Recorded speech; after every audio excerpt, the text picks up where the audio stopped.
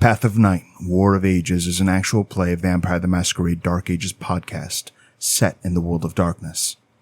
We're all friends, we're here to have fun, but our story can include graphic violence, drug use, sexual content, and other mature themes. We've talked at our table about safety, comfort, and consent both as players and storytellers.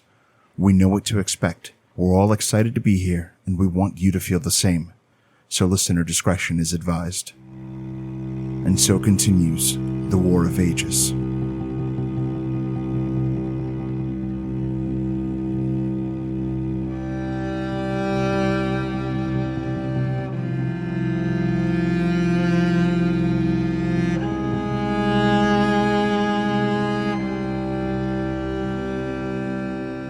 Blood of my blood. Find me at the market square within the castle district of Budapest on the 15th night of April at the 10th hour past sundown in the year of our Lord 1198. There I shall present to you your new patron, a noble of our land.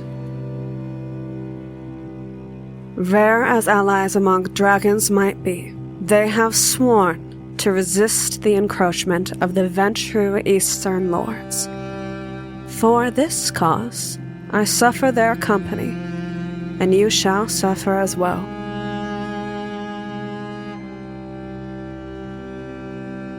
The soil of Transylvania is tumultuous. The Ventru would plant their crosses in it, claiming sanctity where none exists, binding the folk with prayers on their tongues and chains at their necks. Mark me well, child.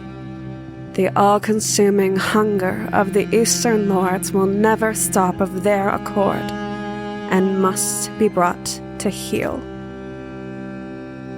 Their greed will devour peasant, priest, and prince alike, until nothing remains but cattle in their fields. Oppose them. I will not see our homeland yoked to their plows. However, as deserving of annihilation as these contemptible Ventru might be, know that they are not your most dangerous foe. Beware the cult of Kupala. Dark power lurks beneath the earth, and if allowed, it will twist you until you are unmade and something else, a slave to a false god, walks in your place. Discover what you can about its intentions. V.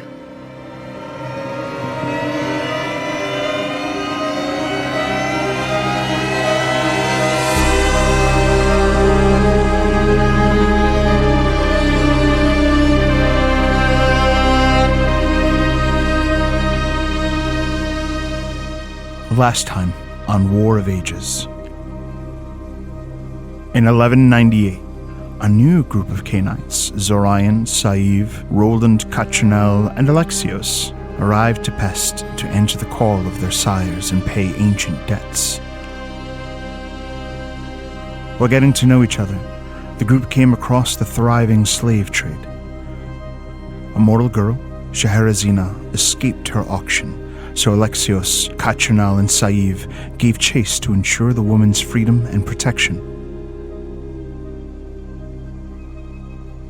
Roland and Zorion were approached by another Cainite, claiming to be the city's seneschal.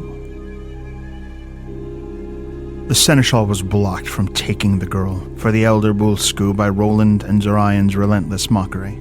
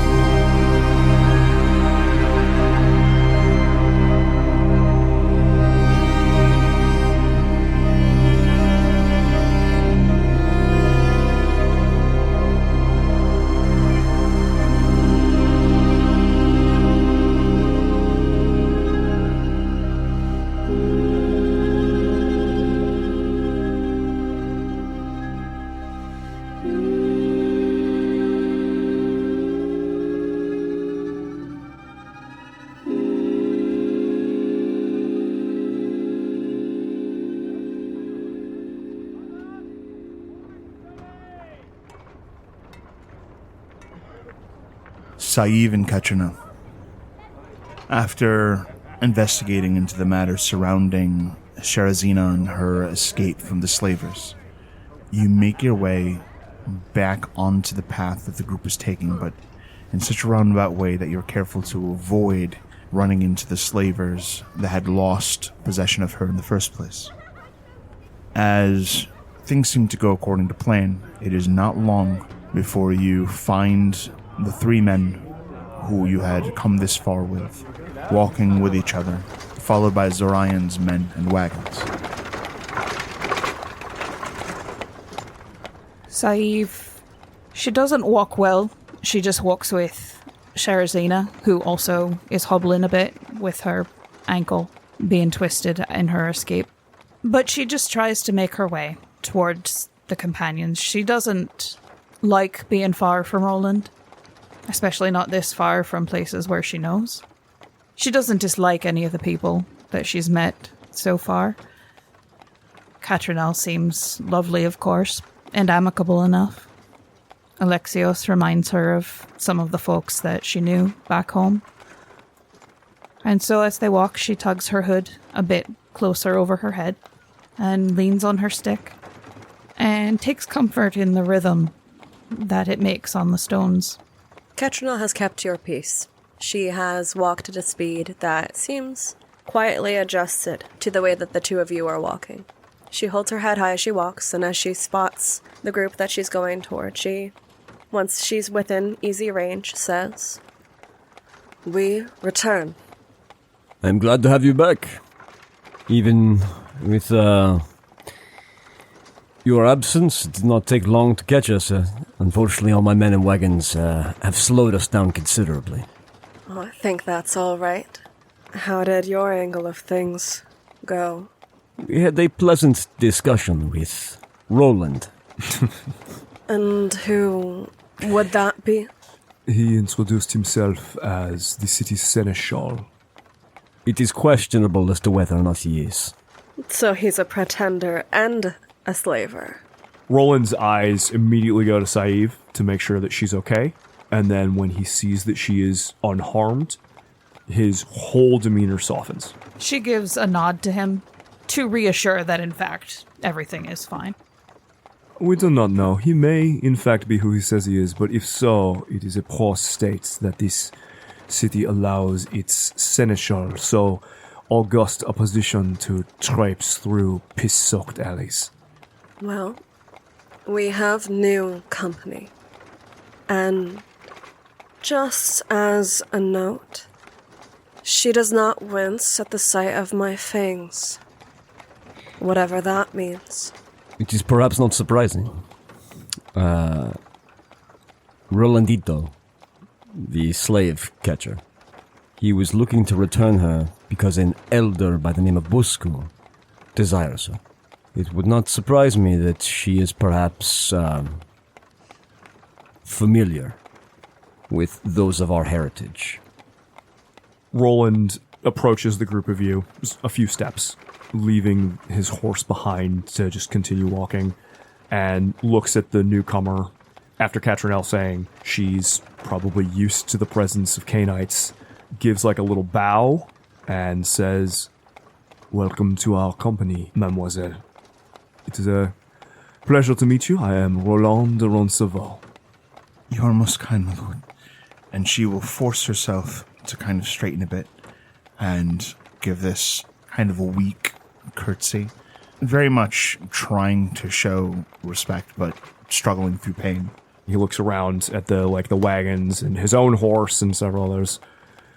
"I am sure that it would be simplicity itself if you were to request a ride for the remainder of our evening's travel." Such kindness would not go forgotten, my lord. You are most kind. He will offer his hand out to bring her towards a horse. She will graciously accept. And he'll actually bring her towards Violentier and give him a look like, "Fucking behave, dude." And help her onto the massive saddle. Like, just help her up. The horse snorts and takes a step like I might just walk away from you, but it doesn't. And ultimately, you are able to saddle the woman. If I may inquire, señorita, how long do you intend to be traveling with us? I only need travel long enough to avoid my captors. Afterwards, though it pains me to say it, I will perhaps have to return to my brother.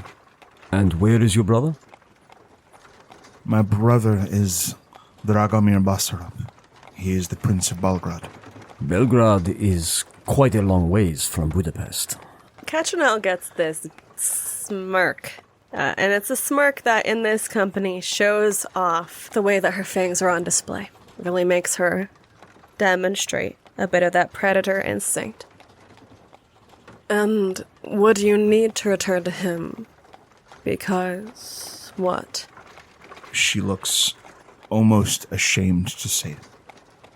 I am a loyal vassal to my brother. And in my arrogance, I disobeyed him and fled for fear of his indulgences. My journey so far has made God's opinion of my choices clear to me. It is best I return. And what indulgences?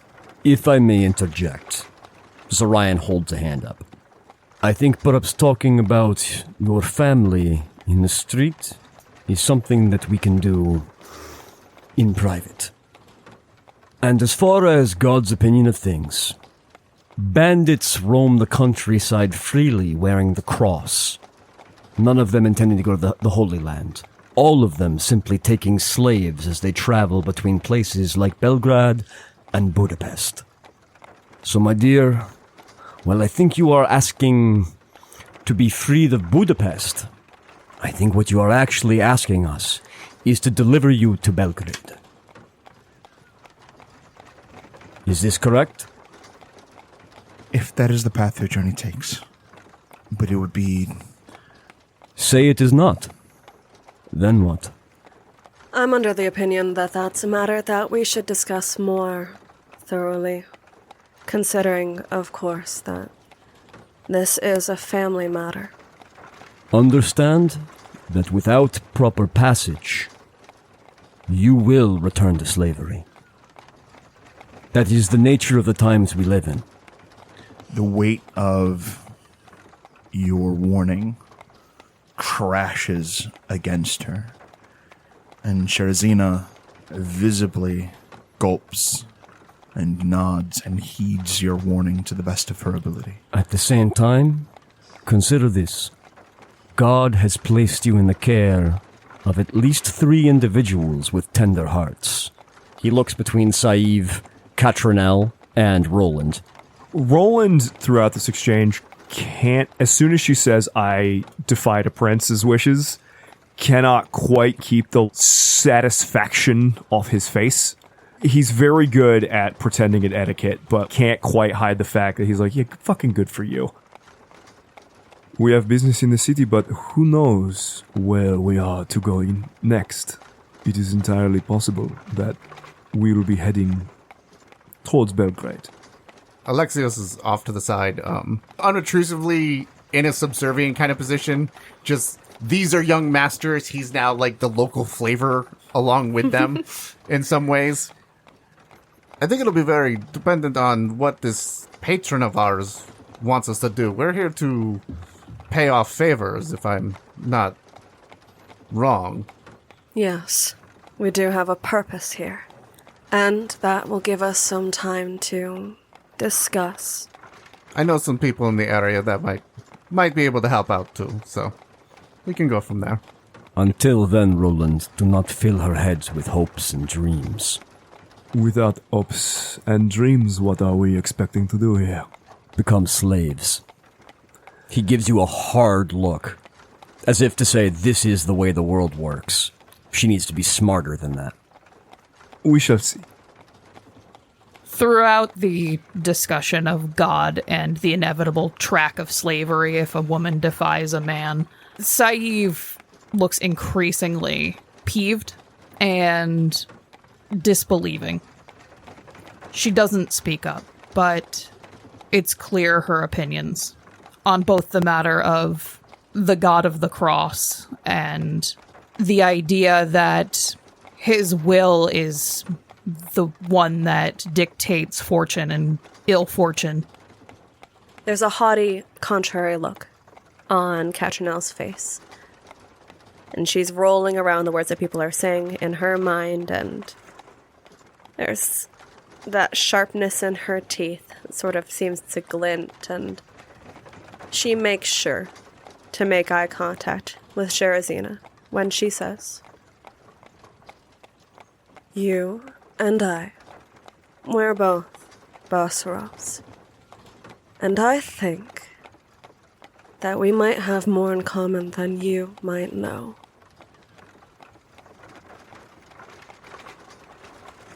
You will travel with us. At least for a while.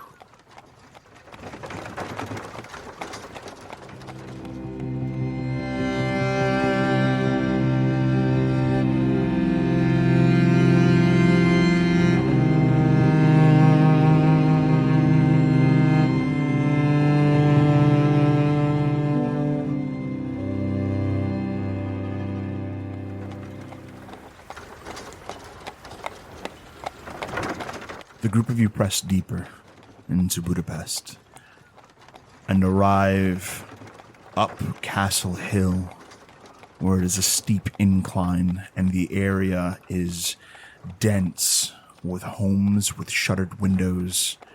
It is quiet. The ground is caked with mud and silt. There is a quiet murmuring that seems to echo on the streets. And as you as you march up the hill, headed toward your ultimate destination, the group of you find yourselves halted by a man who is blocking this very closed-in, claustrophobic road.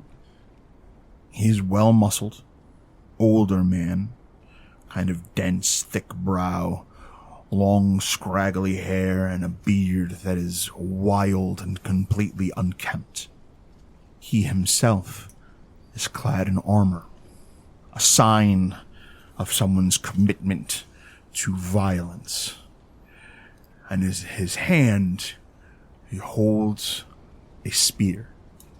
The metal is chipped, the tip is broken, the armor he wears is rusted and old, and as you draw close, it is readily apparent that this man is a Cainite. His fangs are bared, his eyes are wide, wild, and unblinking, and when he sees you, his head tilts to the side, and there is a look of recognition.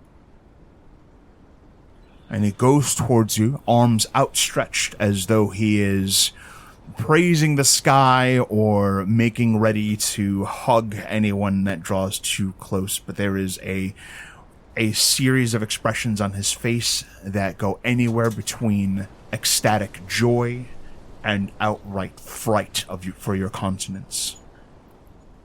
As you get close, he lowers his head and murmurs words that are spoken in Romanian, but with some sort of accent that underscores the words that he is speaking. Stand, O children. It is your shoulders who must bear the burden of redemption. Redemption. And though your destrier is probably the most intimidating presence, discounting the obvious Cainites among the group, he makes his way towards you and your horse. And Roland, when he gets to you, he continues speaking in this very disorienting way. Long have my eyes sought beyond that which has been and what will be. You understand what I mean, yes? He rises, and all must be ready. Roland, when this crazy armed man approaches, like, Roland's not wearing arms and armor. That's not okay to walk around. And his initial thought when this armed man starts walking at him is to grab for his sword. But then when he sees like the rust and the chips, he's like, oh, this is a fucking nut job. And then when he starts talking and asks him the question, Roland just looks at him with an eye cocked. I'm sorry, friend. Perhaps you have us mistaken for someone else? No. Soon you shall meet with the one whose plans lead you into the heart of terror and exaltation. Roland, not used to dealing with people like this, looks over at Saeed with like a questioning, like, what the fuck is wrong with this guy? Before looking back. Saeed actually looks at him with just all the compassion in the world. She knows that there are those Cainites that are touched, and she's been told that one of her jobs is to tend to them when they are in these fits. So a mechanical question. For using the first 2 dots of Healer Valoran, does the third eye open? Erika, let me ask you a question. Does it look like you are considering opening your eye right now? Oh, very much so. Okay, Roland speaks up. Looking at Saeed, look at this man with compassion and a desire to help him, suddenly gets a furrowed brow, like, don't do it, and steps forward to interject and continue to talk to this man and just draw focus a little bit in this very, like, keep your passions under control, remember what we talked about kind of way. And we'll look at this man and just go, is there something in the immediacy with which we can help you, friend madman? And he says madman with like a capital M. Help. No. Rejoice. He takes a step towards Saeed and sees that you're thinking of something and takes that as some sort of indication that he's getting through to you. You shall witness all. Will I now? You play a grand part in what is to come. Sweetheart's blood. Let it wash away the sin. 8 signs of the coming nights shine within my visions. I see you within each. Though nothing is ever prevented. Yet it might be transformed by the actions of a few. And he starts kind of pointing at each of you and starts walking towards Catrinel.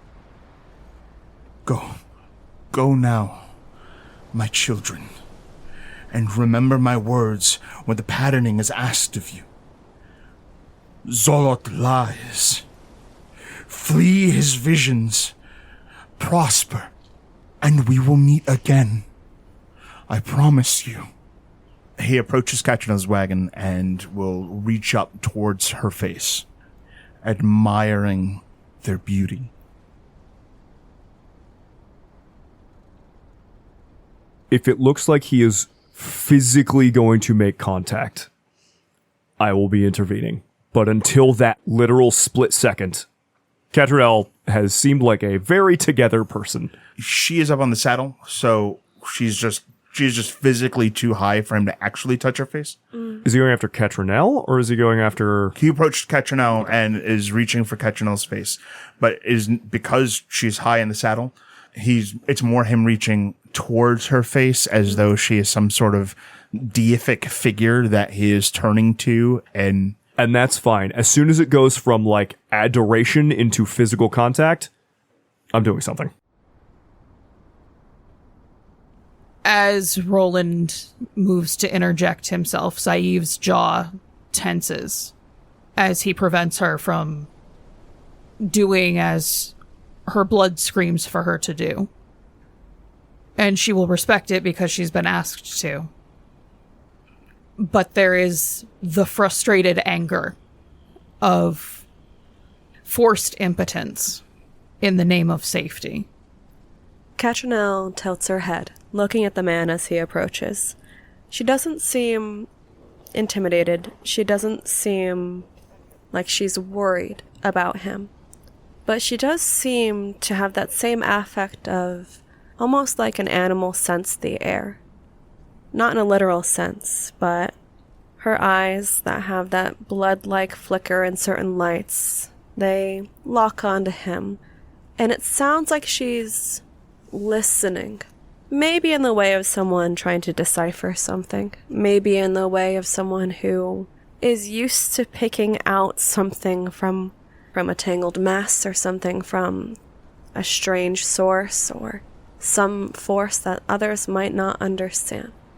But by the way that she's letting a bit of that grin come out, she's not entirely sure whether his strangeness is perhaps prophetic or perhaps, as Roland said, mad. She doesn't seem intent to stop him as he approaches or to interject. She's listening. Saeed watches as he approaches folks, not looking to intervene so much as understand at this point. She knows that those of the Madmen's clan tend to have wisdom for those who can hear it. Lex, would it be possible to make an empathy roll? What is his comfort level with us in telling us this? Why did he choose us? What is his motivation behind telling us these things? That has not been revealed in the slightest. Okay. There's nothing to interpret there. He just has not shared that. Okay. Do I recognize these names that he's saying? The only name that he makes mention of is the name Zolot, Yeah. and that is not a name that is familiar to you. But it is a name that's familiar to me, isn't it? Yeah. Once he has finished his statement and is saying, like, hey, we'll see each other again, he sort of starts wandering off, and over the course of 10, 20 seconds, there is a crowd of people with torches that sort of round a corner and begin to approach him. And when they approach him, they refer to him by, "My Lord Havnor, Holy One, we are here. What is your will?" And they call him Havnor. Does anyone here have Hearth Wisdom? Yes. I do. If you have Hearth Wisdom, give me a roll at difficulty 8. With intelligence? Intelligence. Gotcha. 10 and a 1 cancel out. I got nothing. My roll also canceled out. I got one success. With one success, you recognize Havnor to be the Magyar god of thunder and lightning, and they seem to be referring to him by the title of some deity.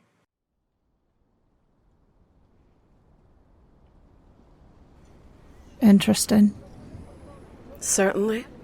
No, they're calling him by a god's name. Havnar is the Magyar god of thunder and lightning. Obviously, they've confused him with some insane Cainite. None of you have met this man before? Not the once. I would have thought that he was one of your sires, actually. Zorion looks at Roland and kind of nods and was like, "Indeed, I thought he was perhaps yours." Watch your tongue. I am no madman, nor am I of their clan. I'm speaking of your sire, not you.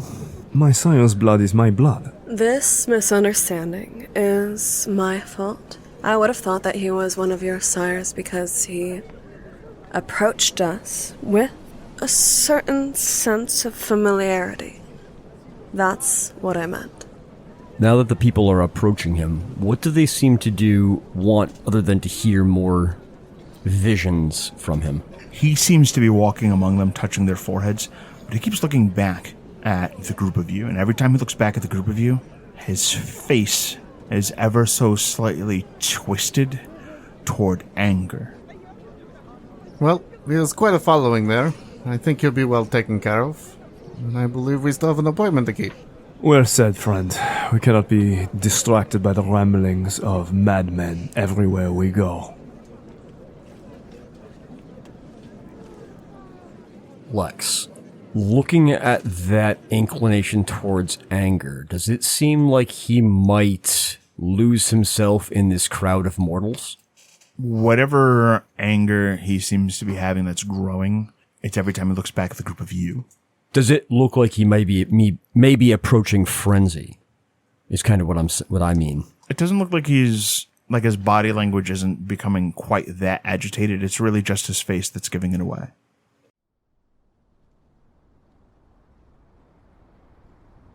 Let us put this madman behind us and continue to meet our patron.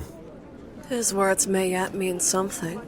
I don't disagree with your judgment, but... Perhaps, but our presence here is agitating him. And the words of the madmen often hold meaning, but they can hold 1,000 meanings.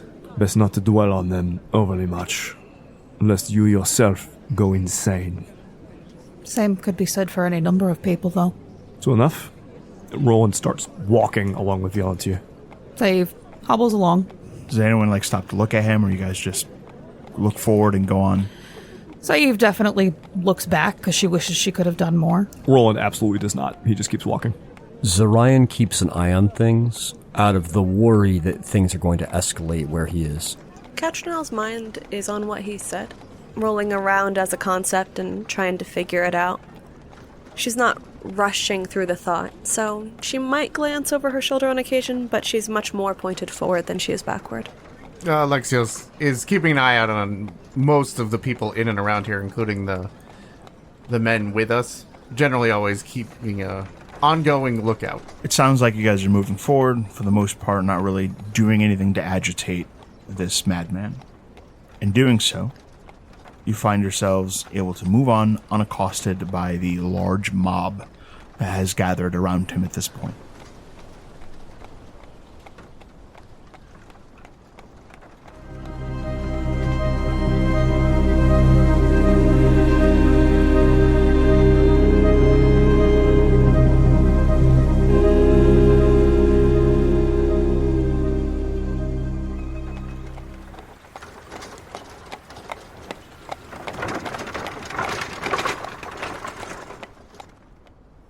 After a long journey into Budapest, the group of you arrive to the market square.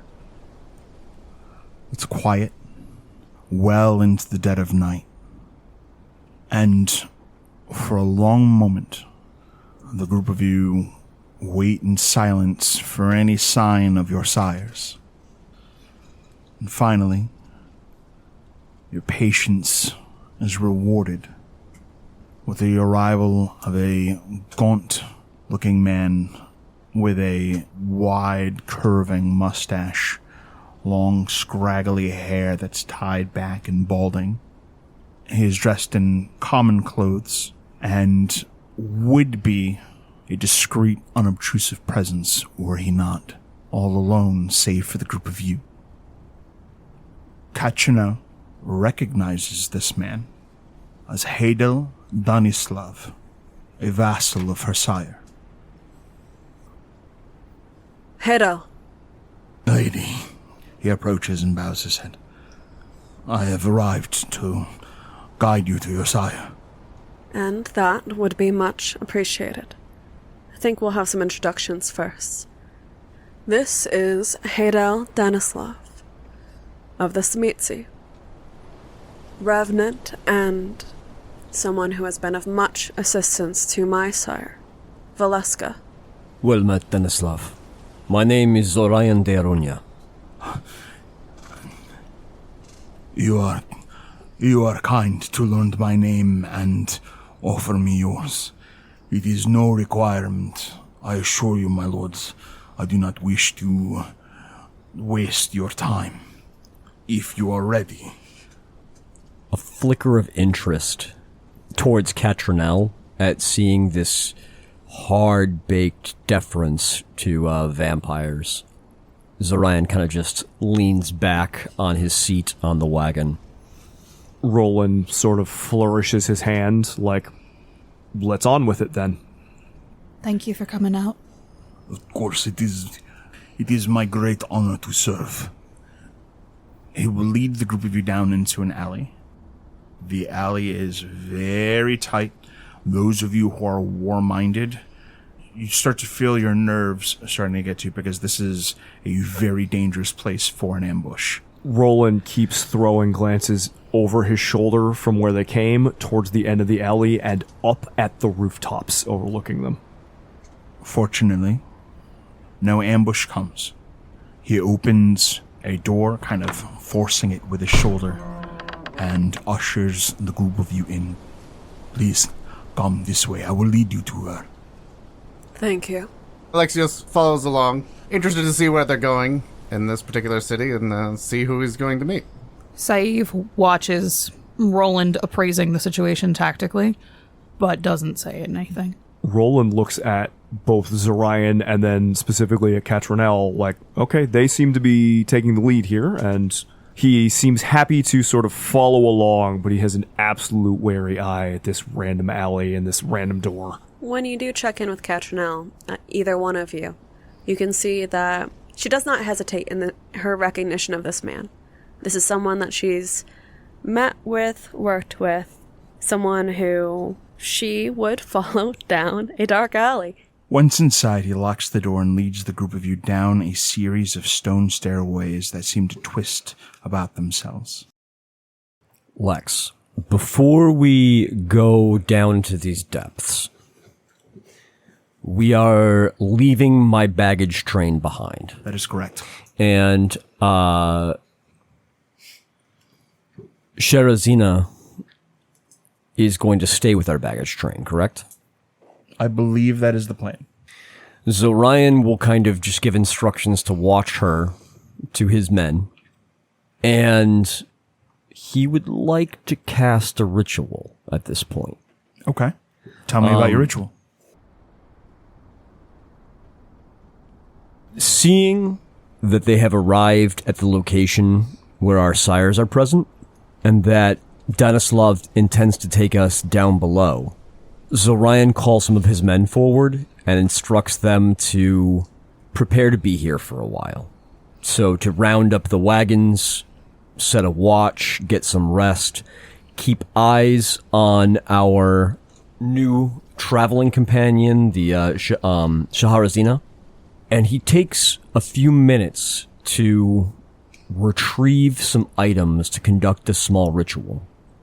If anybody starts viewing him, he will, without really looking towards them, you may want to look away. I would have to imagine that if Catrinel caught sight of this, she'd be curious. So, in that case... I know our kind do not care for the sight of flame. That would be true. And she does look away at that advice. Roland does not. He can't quite help himself from learning something new. The temptation is there to watch for Saeed, but fire is not something she likes to look at, and so she turns away. Alexios will stand off to the side somewhere and just kind of look like part of the baggage train. One of the things he grabs is a small oil-black wick. The wick is held with his hand of shadow, and with his left hand, he struggles to use a small flint to create a small flame on the end of the wick. It definitely seems like he is right-handed, and for some reason, he is unable to start a flame with his right hand and must suffer through with his left.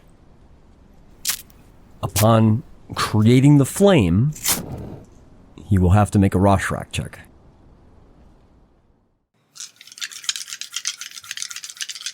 What was the difficulty on this? The difficulty is 4. 4 successes. He does not seem to be affected by the shocking illumination of the flame that he has created so close to him. Keeps his beast in check. And he whispers a few words that sound like it may be Arabic. Then he raises up the wick, opens his mouth, and swallows the flame, closing it around with his lips. You can see that it is very uncomfortable, and he holds it there for a good 30 seconds. His eyes close, and he bows his head for a moment. Swallowing the flame and the visible, pain or discomfort draws a further raise of the eyebrow from Roland and a appreciation of Zorion's courage in the face of swallowing flame. After about 30 seconds, you can see his mustache start to twitch, and his jaw kind of shakes a little bit. and he opens his mouth and immediately withdraws the wick and lifts up his left hand to catch smoke that roils out of his mouth in a way that doesn't look like smoke.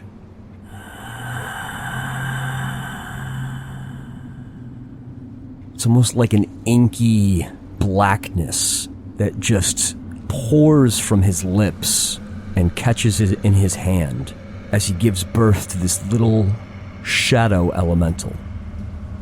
The shadow elemental takes a few moments to adjust itself to having been born into the material plane, and you see Zorion whispering words of Arabic to it, almost cooing at it like it's a newborn child. The shadow slips through his fingers, falls down onto his lap, and immediately slides into the cracks of the wagon and disappears out of sight. Catrinel had looked over once it seemed that there was no sound of flame. Probably only getting some of what you said. Still, there's a curiosity in her eyes, and, like one artist looking to another, an appreciation. Is that all, then? It is. Just a bit of protection to watch our backs while we leave our guest. He motions towards Shahrazina, and my things, of course. Vielantier will ensure that nothing happens to her, but I will say an appreciable, what should we say, trick, incantation, a skill that would put the usurpers to shame, no? Saeed kind of looks back when she hears the commentary and what's been going on. But as the shadow has slipped away, she just kind of gives a good job kind of nod to Zorion. Eyes can only see what they look at in the light. True enough. Shadows are everywhere. Especially for those of us who find ourselves bound to the night, no? And he looks from Zorion over to Catrinel. Shall we? Let's.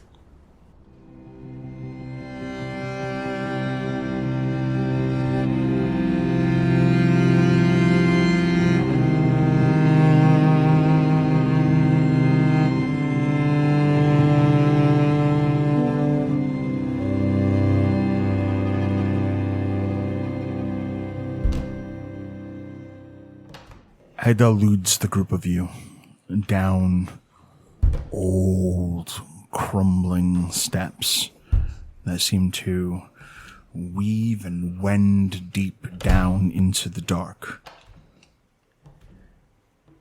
And ultimately, with just a lit torch to guide your way, he takes you down to what appears to be a heavy door. He knocks twice and opens it, revealing a small room filled with people, and stands back to allow the Cainites that he is escorting to step forward and into the room that he has revealed to you. Inside the room are a few heavy, dark chairs. A stone sarcophagus occupies one corner of this room. In the room, some of you recognize a handful of Cainites. 3 of them in all. The first, none of you are familiar with. This is the stranger, likely the potential patron to the group. He is a very well-dressed, with expensive fabrics and well-cared-for possessions, but has a bit of a rustic look to him. This is a man who is definitely a traveler of some sort by profession, not a noble. The first of the other 2 is a regal feminine figure who has very pale skin, very kind of porcelain-like features, and has this sort of cold, like jungle cat, predatory expression about them. They're dressed in silks, and upon seeing this figure, Hidel bows his head and is very clearly subservient to this Cainite in particular. Catrinel, you recognize this to be your sire. Seated and lounging is a man who is very clearly of not just Roman descent, but ancient Roman descent, with a very short cropped haircut. He is dressed in all black and dark grays with very subtle burgundies and reds that sort of just exist as hints in his otherwise dark smoky attire. A figure that Zorion recognizes as his sire. These two Cainites, Corvus and Valeska, have been sharing conversation with this third individual, but the three of them pause, seeing the group of you arrive. Roland, your sire is not here, which immediately stands out to you. Alexios, your sire is not here either, but you are not surprised by this. The group of you are welcomed in, and the strange man to which the group of you are unfamiliar bows his head and greets the lot of you. Ah, I see you have arrived right on time. I am Tiberio, servant of Prince Radu of Bistris. Well met. I am Catrinel, child to Valeska. And the smile that Catrinel offers Valeska is not like those same sharp-toothed, feigned smiles that she's been offering when she's considering whether or not someone is a threat, or whether or not someone is deranged, or whether or not someone is something to handle. It has that tinge of loyalty. Zorion will step forward, give a modest bow towards Tiberio. I am Zorion de Iruña. It is a pleasure to meet you here in Budapest. He looks towards the other three. Roland has crossed his arms and gives a polite nod to Tiberio, but his brow is furrowed, and as part of the nod that's like almost a bow, says, Roland de Roncevaux, a pleasure to make your acquaintance. And he's clearly looking around like, somebody's fucking missing. What am I doing here? I go by Saev. Alexios, seeing that everybody else's introductions are done, will step forward past him, do a pretty big bow, and I'm Alexios. I am presenting myself for Erika, here to pay her debt. You have come to the right place, Alexios. A pleasure to meet the group of you. I bring news and an offer from my master, Prince Radu. As you undoubtedly know, Prince Radu is a member of an alliance of multiple princes in Transylvania. And through their alliance, they together protect the people of Transylvania from outside invaders who come from all manner of barbaric regions to the east and the south. Your sires, I've indicated to my master and myself that the group of you are competent and more than capable of accomplishing an important task that each of these princes in unison have agreed is important to the security of Transylvania and relevant to its development. Now, as some of you are aware, not all of your sires were able to attend this meeting. Unfortunate, but something that I am certain that Prince Radu will be able to overlook, considering how competent your sires have indicated you are. So long as the debt is paid, I do not see any reason that this would not be the beginnings of a fruitful relationship, even though some of your sires were unable to attend this very meeting. The furrowed brow does not lessen, but Roland licks his teeth. You are talking. Roland of the Bruja, yes? He nods. It would seem that your sire has a reputation in terms of his capabilities in matters of war. Sir Lawrence is quite capable. I had expected to see him. Well, Sir Lawrence was called upon an ally by the name of Dominic of the Bruja, ancient and powerful. It would seem that he was needed in Hungary to assist in some sort of uprising that is taking place there. If the rumors are to be believed, Roland, I have the impression that he is not there to quell it. With those words, Roland doesn't respond, immediately relaxes, and the furrowed brow goes away. Your sires watch with interest this interaction, but for their own reasons do not seem to see any need to interject as of yet with anything. Tiberio speaks up again. Now, of course, my master has interest in aiding the group of you as a patron.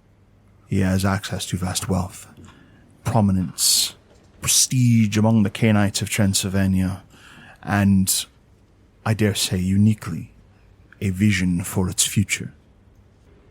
There is a place known as Tehuta Pass. It is a mountain gateway to the lands beyond Bistris, territory held by Prince Radu, but not at this time overseen as it should be. A great deal of trade passes through there, and whatever wolves gather at the gate who would see their way into Transylvania would pass through Tehuta Pass. As such, the Prince Radu requests that a fortress be built there to oversee the territory. It would guard the critical trade route. It would be a location that can be taxed. There are villages that have sprung up over time in that area because of the valuable trade route that exists there. And the group of you would be empowered to govern it. Now, I've been assured that the group of you have the funds and means to accomplish this. However, it is the will of my masters to see to it that the group of you finds great success here. And as such, we will be providing you with additional resources and support for this project. There is another matter, but before I move on to this, I wish to ensure that we are clear and understand one another regarding the expectations for the boons owed and how the debts will be resolved. I indeed have a few questions I would like to ask. Please do. You said that His Eminence Prince Radu, he is of a collection of like minds in the region. Is this an informal gathering of lords, or is this perhaps more of a binded oath of lords? Even just at the word oath, there's a flicker of resistance in Catrinel's eyes. Indeed. They are known as the Council of Ashes. Count Radu is a prominent member, but it is made up of 7 princes. Among them is Prince Nova Arpad, Prince of Mediash, Mitru, the gangrel Prince of Klausenburg, Maruska of the Nosferatu, who controls Hermannstad, Dragomir Basarab, who controls Belgrade, and Terra Fagaruskoi, who rules over Kronstadt. Including Prince Radu, you have mentioned 6 names. You said there were 7. He glances towards Catrinel's sire and looks back at the group. The 7th prince was a Dzmitsi. However, they have been ousted in recent months and replaced by Lucrezia of Hearts, retainer to Lord Jurgen. Catrinel looks to connect eyes with Valeska, analyzing that sentence. But the analysis of the threat is far overshadowed by that sort of sinking recognition that Catrinel knows that name, she's heard it before, she's been taught her histories, and is that even someone that I would have met? Likely on Kupala's night. At her introduction to the entire world of vampirism. but more importantly for the moment, that would be her sire's broodmate. There's questions unspoken, but more a show of respect, an understanding that might likely is a sore subject. Roland is just listening quietly to the list of princes. His jaw tightens slightly at the mention of Arpad. You would be establishing Tehuta Pass as a collection of Cainites acting with the support of 7 princes. Would this domain of Tehuta Pass be ours? Or would we simply control it under Prince Radu? Prince Radu would have an interest in rewarding successful Cainites. Among the rewards that he would be interested in offering is autonomy. I understand. For an ambitious Cainite, there is significant opportunity. How literal are the wolves at the gates? Well, I'll put it to you this way. Transylvania has a great many enemies from beyond, those who are known and those who are not. Among them, powerful gangrel who have established massive enclaves. If given the opportunity, they would sweep through and take all that they can. As one who is gangrel myself, I think it is wise to prepare the land as best we can and show our strength.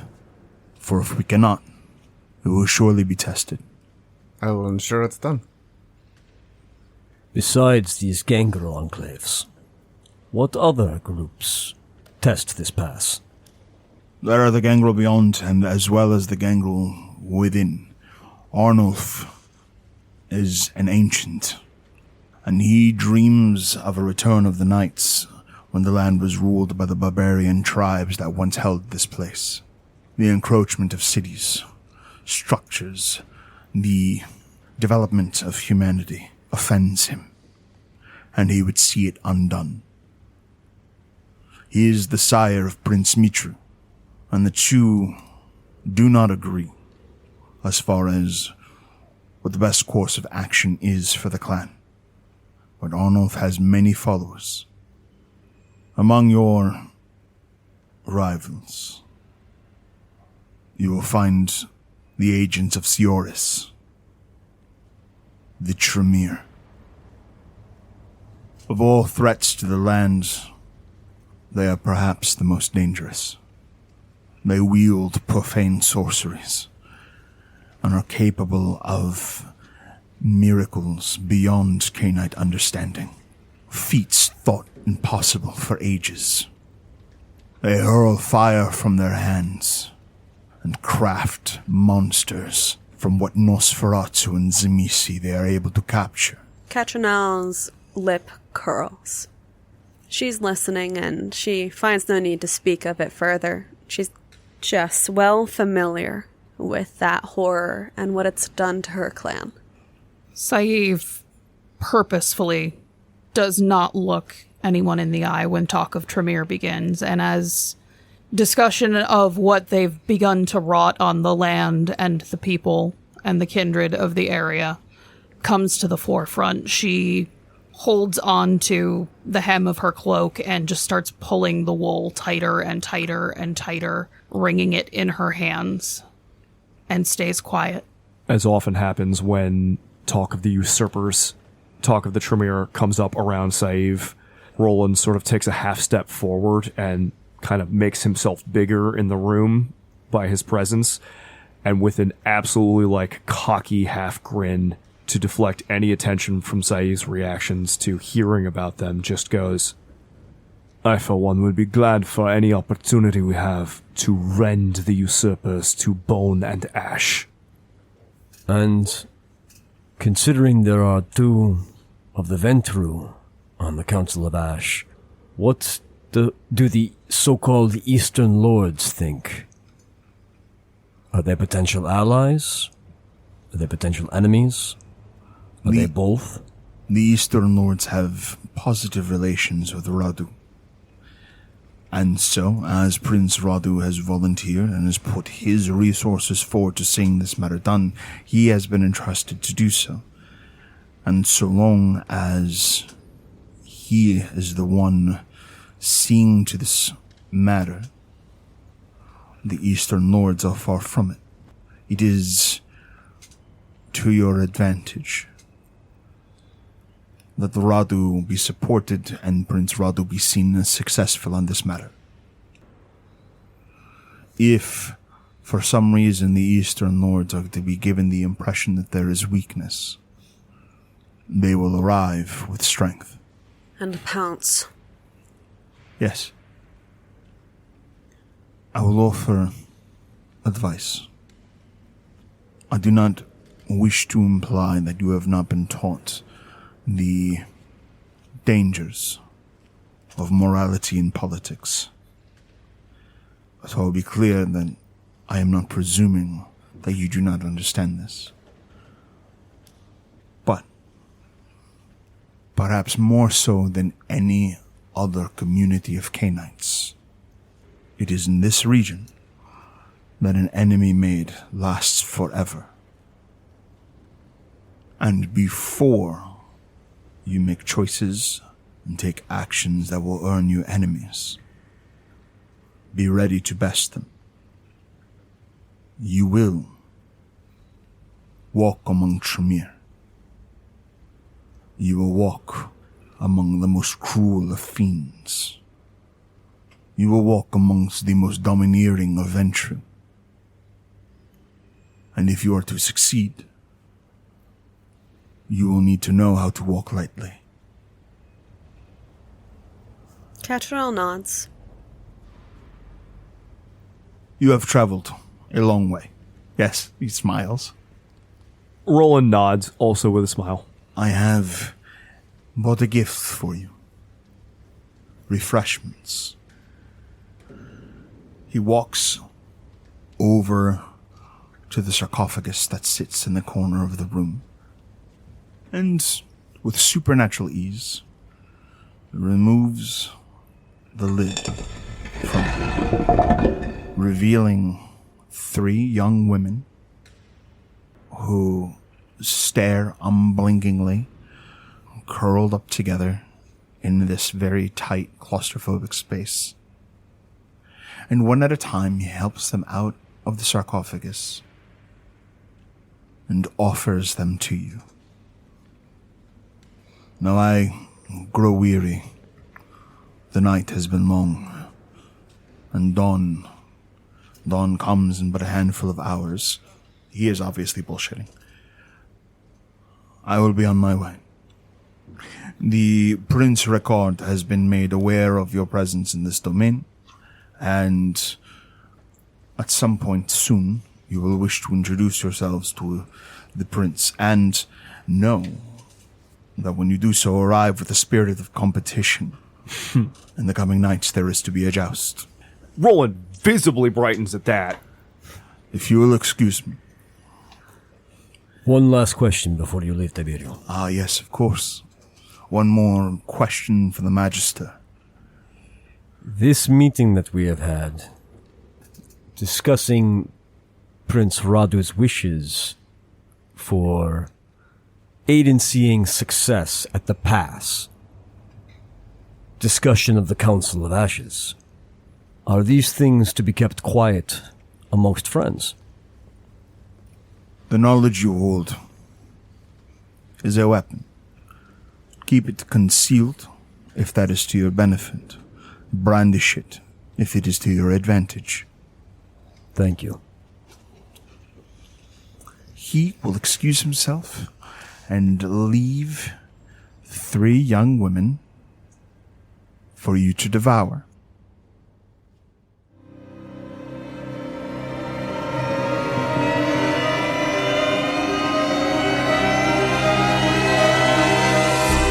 Path of Night, War of Ages is an actual play Vampire the Masquerade Dark Ages podcast set in the world of darkness. Alexios is played by Tim Davis. Catrinel is played by Rebecca Steigelfest. Roland Roncevaux is played by Rob Muirhead. Saïv is played by Erika Webb. Zorion de Iruña is played by Garrett Gabbey. Your storyteller is Lex Lopez. The music used in this episode was Don't Look Back by DaniHaDani and Maya Belsitzman. Path of Night uses the 20th anniversary edition of Vampire the Masquerade Dark Ages with a few limited house rules. Vampire the Masquerade and the World of Darkness are owned by White Wolf and Paradox Interactive. Be sure to subscribe to us on Spotify, Apple Podcast, or wherever you find your podcast. You can find us on YouTube at youtube.com/@pathofnight. You can help support the show at ko-fi.com/pathofnight. Look for us on social media at Path of Night Podcast, or email us at pathofnightpodcast@gmail.com.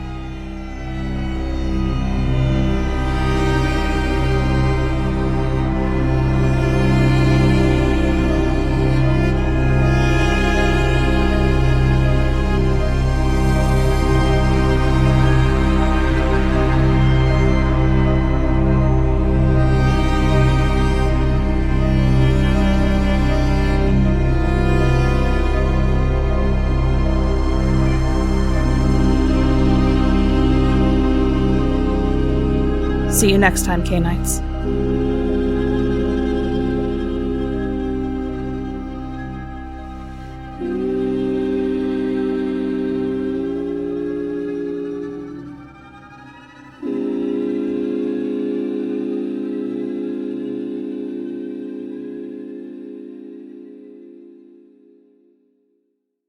I did that in an Exalted game. It worked out about as well as you think. I kind of remember that, Yeah, actually. we were both orphans that couldn't read. That was so I fun. want Alexios to roll up on a couple that is in an alley and is like, Hey, Hey. room for Alexios? would you like to do weird things down in this alley away from prying eyes? And just absolutely.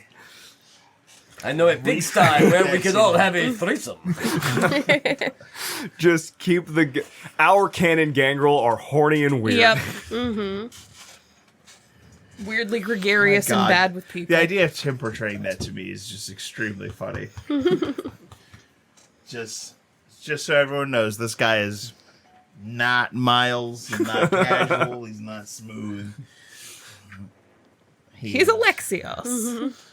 Just go, hey, you guys looking for a place to fuck? What is the quote? I don't kill kids unless the kid's a jerk. Unless the kid's a dick, I think it was the line. This is from Brooklyn Nine-Nine. Yeah. I don't do kids. Unless they're jerks. Feels right. It's also great because that character always had a gigantic knife. Yes. All I'm thinking about with Alexios and his whole, like, my accounting was 3 hours. We had a party. Is just fucking Jason Mantzoukas in Brooklyn Nine-Nine being like, guys, I'll show you how to do a bump of cocaine so you can fake it. Oh, I got all of it there. Hold on, I'm going to try one more time. Hold on. Oh, that was a whole lot.